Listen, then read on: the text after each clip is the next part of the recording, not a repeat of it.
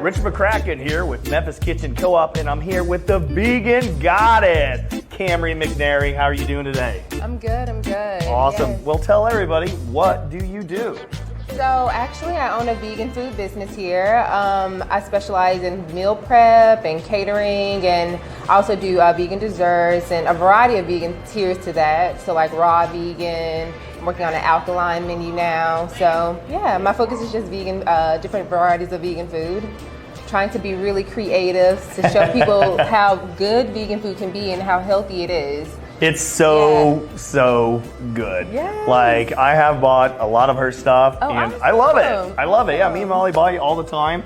Yeah, so you came in here, and I know, you and I talked. I was like, you need to put food in here, and you're like, I don't know. And what happened when you put food in here? I can't keep it there, and I think that people think I'm exaggerating when I post like, hey, you guys, they go fast, and literally within a day that I stocked them, they're all gone.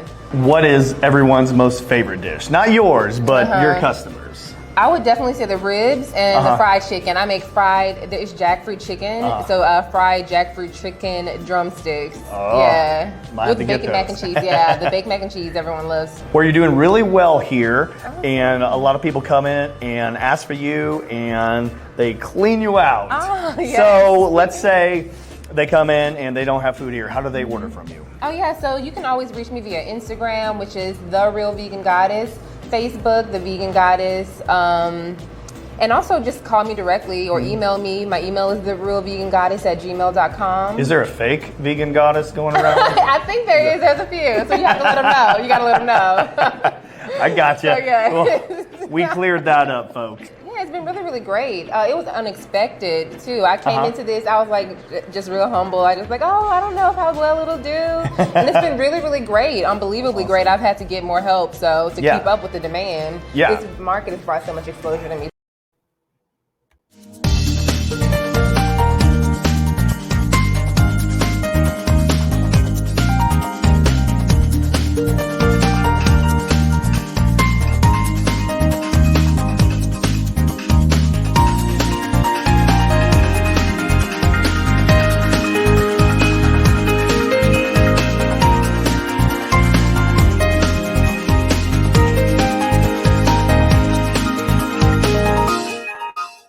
Welcome to a new edition of Successful Thinking Show. Having the opportunity to talk to none other than Camri McNary, and she is the vegan goddess. Hey, lady, how are you? Good. How are you doing? I'm good, and I want to make sure I said your last name right, because I'll change words up real good, honey. It is Camri, correct? Yes, just like the car. Just like the, and you are truly just like the car, going places. Let me tell you this. I am so excited. I had a chance, I've been hearing about you. And then I had a chance to be at an expo of entrepreneurs and startups. And I got a chance to taste that jackfruit meatloaf. Well, it was the ribs. It was the ribs. Yeah, barbecue ribs. Yes, and also the mac and cheese. And when I tell you, I was like, oh yeah, this is good. This is real good. So now, as the vegan goddess, everybody has a story. Now, we're based in Memphis, Tennessee. And I must confess, Memphis is known for a lot of things, but veganism isn't one of them. Are you born and raised in Memphis, or how did you come into veganism? Yeah, so I'm born and raised here. Of course, we're barbecue central, so we love our pork and our beef and all those meats. So growing up, I did eat those things. It was like a family tradition. We put meat on the grill, gather with family, have fun. But as of like the past 5 years, 4 years actually, I've been vegan. I dabbled in it about 5 years ago. I had a friend who had actually been vegetarian all her life, and she was vegan for about 2 years, I believe. And she would constantly try to sway me to, try it, and me just being closed-minded and conditioned to eating meat. I cracked like after a day of trying. I couldn't keep going. So after I had my daughter, I just wanted to be healthier. Of course, after I had my baby, I put on a significant amount of weight. So I wanted to be healthier and just have more energy. And I was having a lot of skin issues. So I was like, let me try this again. And what really tops it off, and I wish I could remember her Instagram name, her YouTube name. This African woman dealt with like the worst eczema. She had like, it was like reptilian skin almost. It was like this most severe eczema. And she went vegan, and her skin was just this beautiful, milky, melanin, smooth skin. So I was like, if it did that to her skin, I know it can clear my cystic acne and help me lose some weight. So, yeah. So 4 years ago, 5 years, as you say, you start dabbling. I'm like you. I've tried veganism. Well, I've had some friends who are diehard vegans, but vegetarian. Sometimes I'll just go. What is it? Pescatarian. We'll go, a long time without red meat, which is, we like chicken and fish. Some people love that swine, but I'm a chicken and fish type of person. But what really caused you? Because you can become a vegan or a vegetarian, but what made you become the vegan goddess? Yeah, so like along my vegan journey, I was just experimenting with different foods, trying to really figure out like what exactly I like and how this food makes me feel. And just through experimentation, of course, with social media, we're in that day and age where everything we do goes on social media. So I would just share trial and error with meals I was concocting in my kitchen and different dishes I was creating. And I started to catch a buzz, and a lot of people just became interested and would be like, hey, can you make me that? Or I want to try that, or that looks so good. And people really started to become interested in what I was doing. So it just came from me making like random plates for people here and there, to me like meal prepping, to me moving into the commercial kitchen, and having pop-ups and stocking the market and doing all those things kind of just led to that whole like transition upward. It's been awesome. And my name actually came from one of my Facebook friends. I had asked everyone when I officially went into business what my name should be. And this one woman was like, her name's Nikita. She was like, it was the goddess of like art and music and food. So I was like, oh, the vegan goddess. So yeah. That is such a cool name. Shout out to Nikita. Uh-huh. Shout out to Nikita for giving you the vegan goddess, because it's so catchy. It's an amazing brand. And of course, I love a lot of your branding from your website. Be sure to check out her website, therealvegangoddess.com, Instagram, therealvegangoddess.com. A lot of your branding really also lends into that, because you have a very nice glow to yourself. I mean, you're wearing the natural locks. I mean, really a nice little millennial vibe that you have, but still it's urban, it's earthy, it's organic. Which of course lends into veganism. So I really appreciate how you're approaching it. But let's get to, now I lived in Cali for a minute, and I've been around, like I said, some die-hard vegans who are like raw this, raw that, raw. But you're a girl from the South. As you said, the family tradition is pull out the grill. Slap a pig on it. Yeah, put that swine on that grill, with some chickens, with some fried bologna. So tell me this: how did you start? I would say a Southern twist to veganism. So one of the Southern twists would be the barbecue ribs and the baked mac and cheese that you tried at the Entrepreneur Expo. That's like a Southern staple. Everyone loves ribs. And whenever I go into an environment where it's not necessarily many vegans, like the Entrepreneur Expo, where it wasn't based around veganism or even food, I go with something that everyone can kind of relate to and everyone is familiar with, like flavors and textures that they're familiar with, because it translates better that way for people who aren't familiar with that lifestyle. But I love comfort food. I love doing those types of dishes, like the fried chicken and the fried fish. Things like that are really, really cool. Now, wait a minute. You can do fried chicken and fried fish? Okay, please do tell. Do tell. Yeah. So just like the ribs, the fried chicken is made of jackfruit. It's just the way I shape it is cool. I use a little popsicle stick, mold my jackfruit around it, and deep fry it.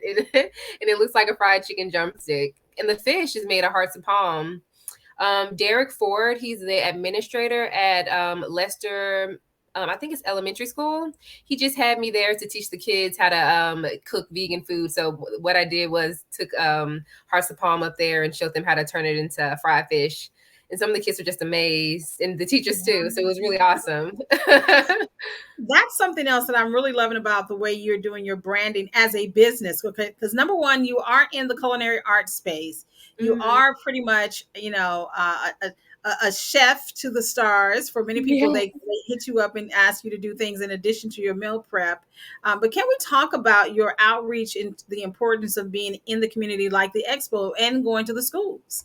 Yeah, that is tried and true for me. I love kids especially, but just bleeding back into the community and just showing people that someone who looks like them and is from the same place as them can live this lifestyle. Like you said, like a glow. It comes from within. So to show people that it's possible to look and feel the way they desire, it's you're capable, you're able, you know what I mean? Because I think we're so used to seeing other people, and even with the financial means, not even just other nationalities, just people with money live this lifestyle. So to show them that an everyday girl just like you from where you're from can live this life and just be healthy and just thrive naturally and organically, it's possible.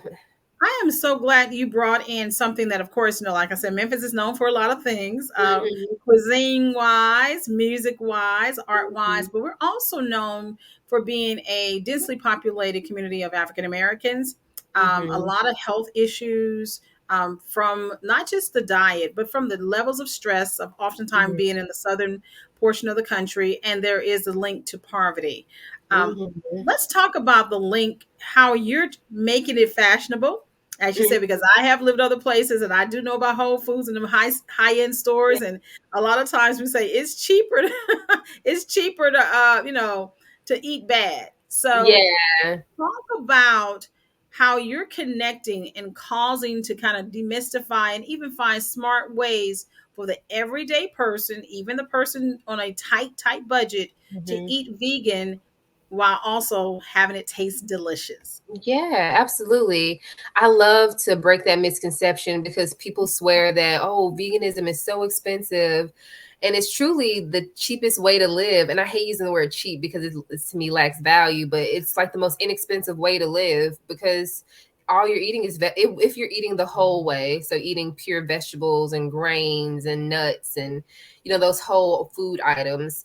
Now, when you're trying to get the vegan processed cheese and all the vegan processed meats, that is expensive because you're buying all those mock items. But eating whole is so expensive. Like when I was at the school teaching the kids, I was like, everything I had was less than $5.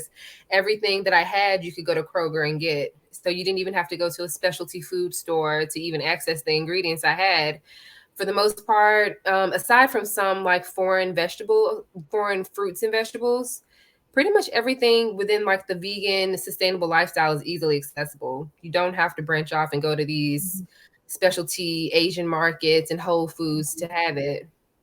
I'm glad you said that. Okay, the vegan goddess. Okay, you're going to give us for a moment before we get into the business aspect of what you do, an idea, because you said the whole food. Just kind of break down the difference between, because veganism is now fashionable. A lot of celebrities have signed on to it. And, there is a lot of health benefits, but there is a lot of, vanity benefits to veganism and vegetarian and just different dietary styles. But can you give me an idea as a person who's on a budget or just someone who's new to it? And I do shop at Kroger. I do shop at the local, cost cutting. Yeah. Correct. I shop at Aldi's. I shop at Save a Lot, or I shop at Cash Saver. Other than me getting a big pot of greens, what are some things that I can do to create for my family, even if it's one day a week? Let's take one day a week, or a particular meal that can be a vegan day, like Vegan Saturday. Give me an idea of what that could look like.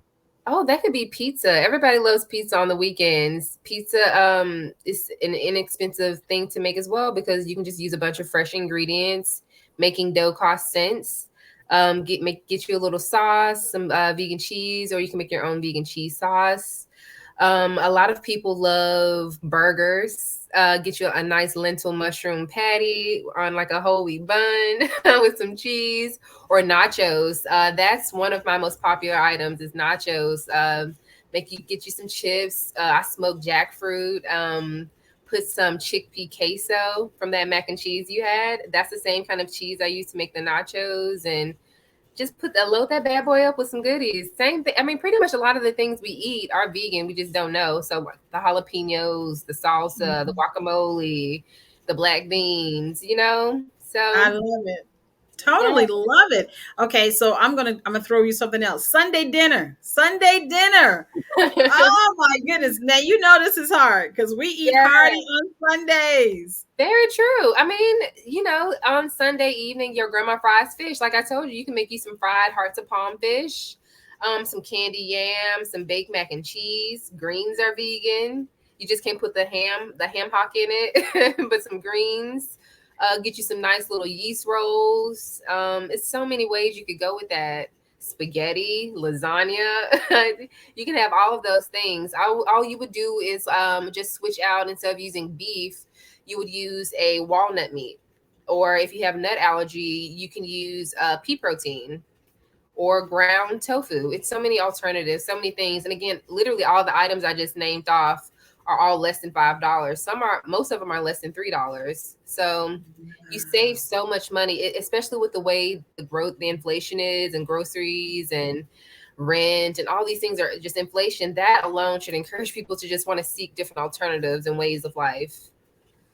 Okay, now for those who are like, okay, those things still sound like processed foods, and I want to go like more straight organic from the ground. What is your advice? Because I know sometimes people who talk about those who have these plant-based diets don't get enough protein. Let's talk about like a very clean, whole food diet, straight from the ground, but you still need that protein. Oh, yeah. So, well, one of the things with me is I don't use processed things. So I make my own cheese from like chickpeas, and I make my meat from lentils and mushrooms and things like that. So it's pretty much straight from the ground in that sense as well. But some other alternatives would be lots of beans and nuts. I love organic tempeh, which is a fermented soy. It's an organic fermented soy. Quinoa is another grain that is really high in protein. Chickpeas is another one of my favorites. It's super high in protein. Quinoa, if you combine quinoa and tofu, that's actually a complete protein. So it has all of the essential amino acids that your body requires to nourish your muscles and allow you to actually see muscle gain if you're implementing working out with it as well. You know, I hear a lot of people say that you can drink your way into veganism. Do you advise that, or what would be the transition if I am more a meat based diet, but I'm very very interested for personal reasons, health reasons to go into veganism? I've never heard that term, drink your way into veganism. Actually, and it could be more so the fact that people were trying to do the liquid diets, to Oh.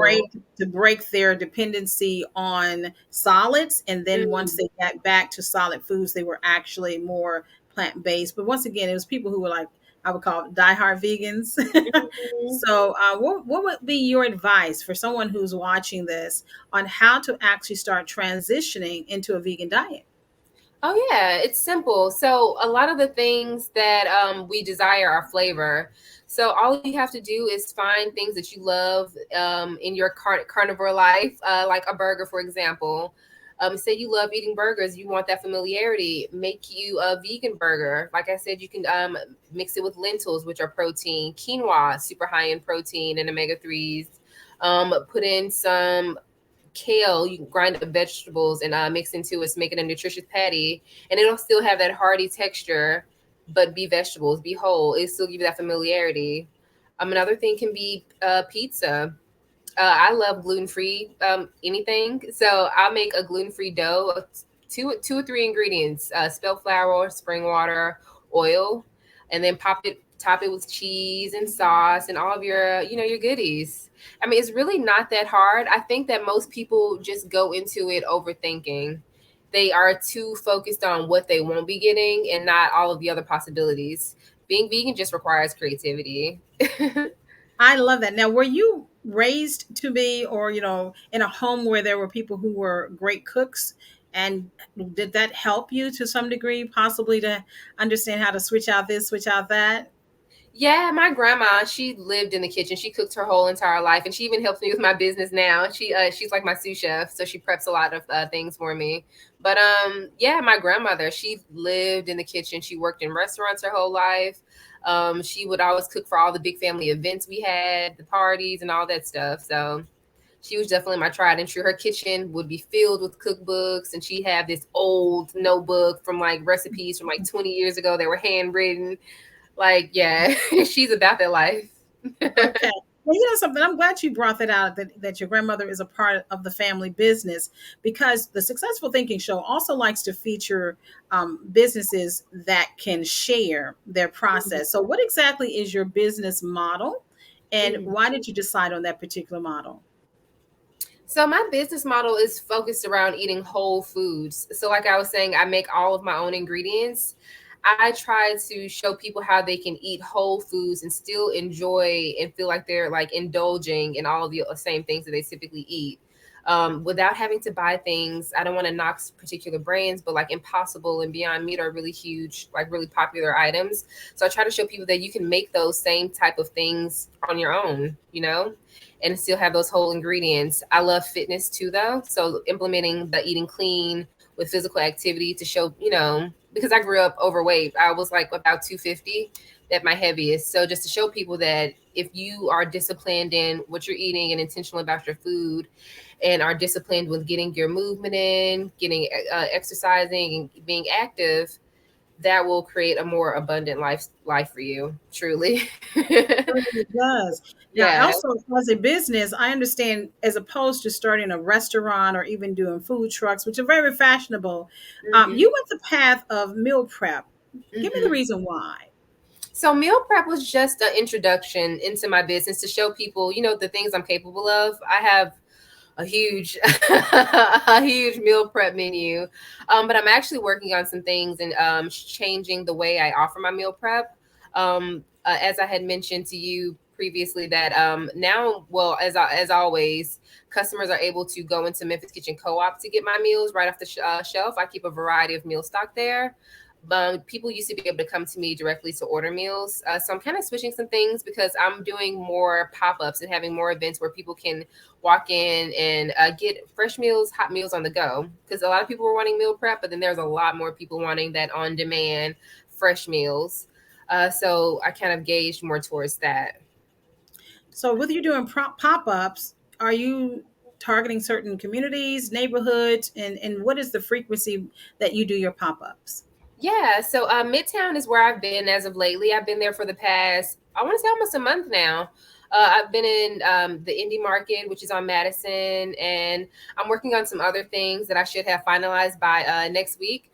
So I'll be hopefully in a different space in Midtown, having more variety and being able to offer you food at different times of day, the bar crowd and things like that. But Midtown is definitely my crowd, very eclectic, artsy, health conscious, environmental conscious. So, because I've been in Cordova, and that's still where I'm going to be as well, but just to reach a different demographic of people is my goal.